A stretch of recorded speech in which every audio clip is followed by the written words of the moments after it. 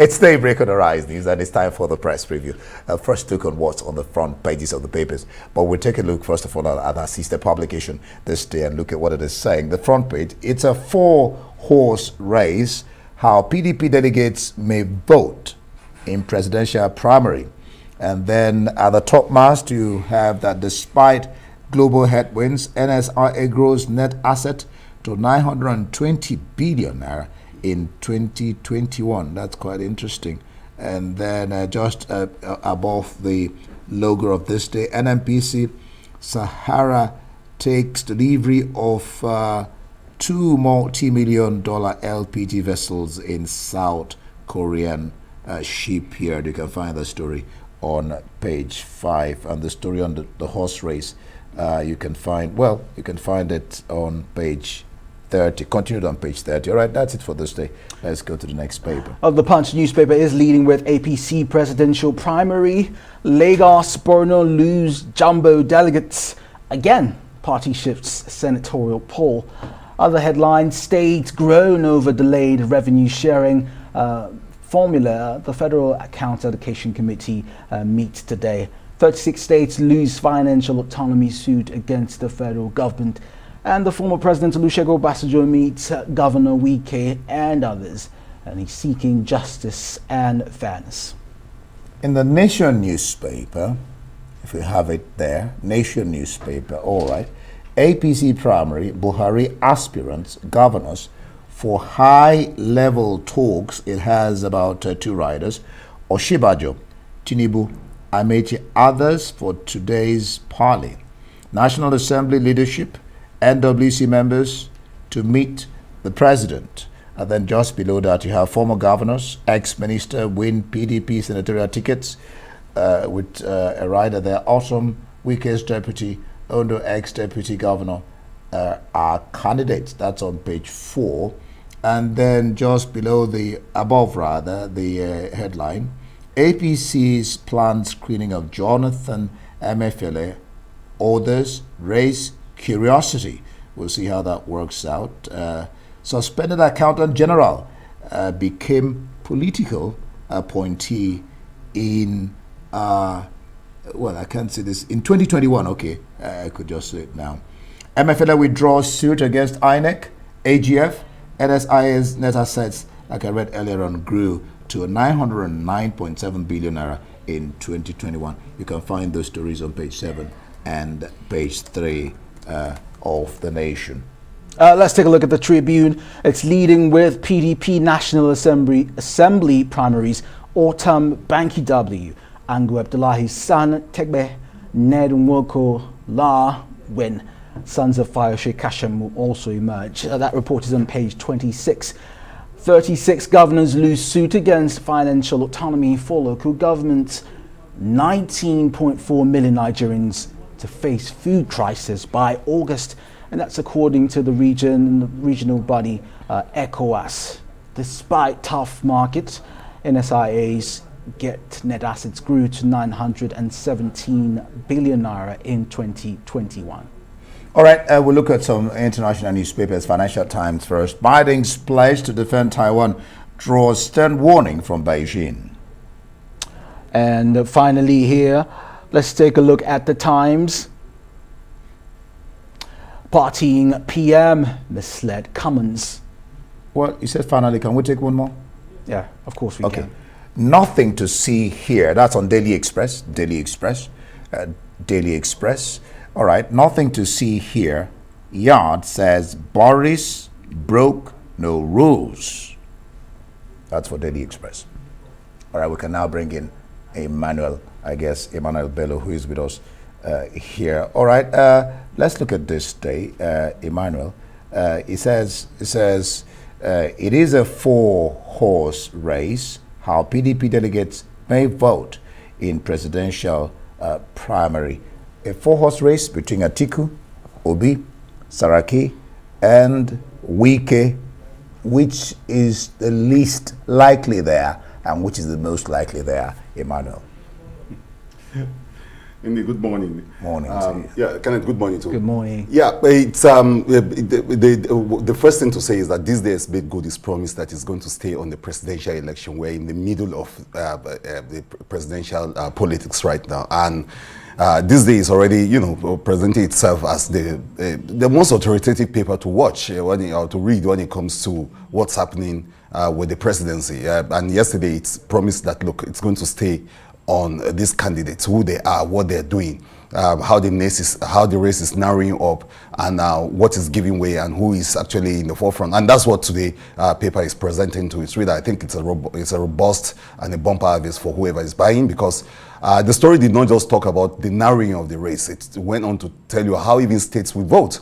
That's a very good one. That's going behind the scene and to do, to unearth story. I think politicians will scamper and run to buy these papers. But most importantly, every other person who is interested in what's happening in the politics. And I think that's the biggest thing on everybody's mind, especially also because, as you know, it's this weekend. It's a weekend affair. This is the biggest political weekend of all time, because it's going to be the primaries, the presidential primary. So this very interesting story is already whittling down the race and saying that, look, it's a 4-horse race.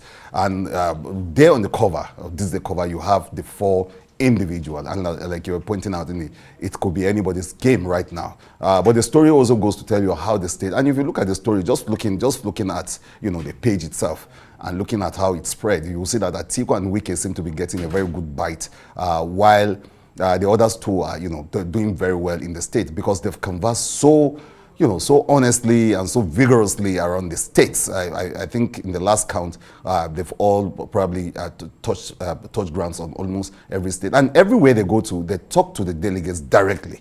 They tell them about their policies. They talk to them about themselves. They say, you know me, you know my records, you know what I've done, you know what I can do.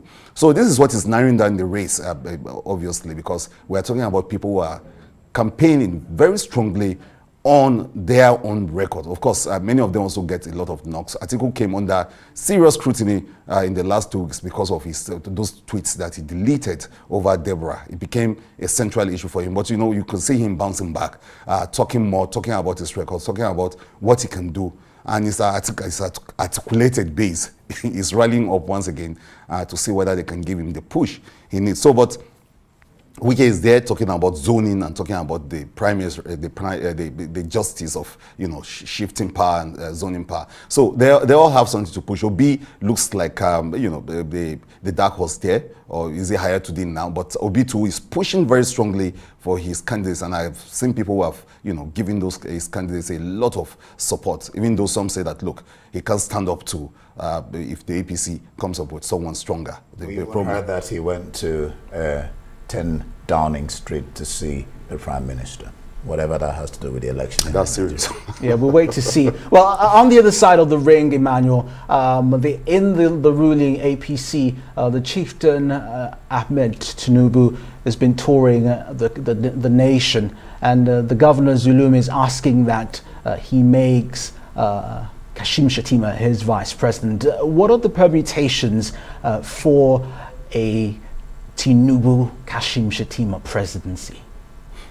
Well, I think Kashim, because maybe Zulum was saying that because Kashim played a very important role in his emergence as the governor of Borno State. But most importantly, we see Kashim consistently. If you see Tinubu, of course, Kashim is there with him in all the photo ops and all the videos we've seen of them together. So it's almost like, and Kashim, of course, a lot of people, you say, if you're talking about Zulum's, feats in Borno State, you can't but also mention Kashim, who actually, practically said, this is the person against all of this is the person to take after me. So, and you can actually gauge, or you can measure a man's understanding of power and leadership by the kind of person he chooses to replace him. Which is so that's about Tinubu choosing the right people. Yeah, Tinubu too, almost like Kashim has actually done those kind of picking. So these are two individuals that, has been hailed in the past as people who actually know how to pick the right people, who know how to pick the right side, team. So that has been going for them very well. And so a lot of people, so of course, but what Tinubu, it's all about. What a lot of people are worried about his control, or even, what his presidency could mean given his age, given his health status, like some people have pointed out. But Tinubu is in the race, running so strongly. He said one time very boldly that he's the only one who is actually running, and that all the people he's brought up in the past are trying to just take away from his... And then he says he doesn't know where others are running, but he's running to Saraki. All right, let's look at yesterday. Senator Abdullahi Adamu, the chairman of APC, inaugurated the Ekiti Gubernatorial Council. He says, Ekiti, my first test, I will not fail to deliver. Says, we are never on the losing side. Inaugurates, of course, the Governor's Council and urges INEC to be fair.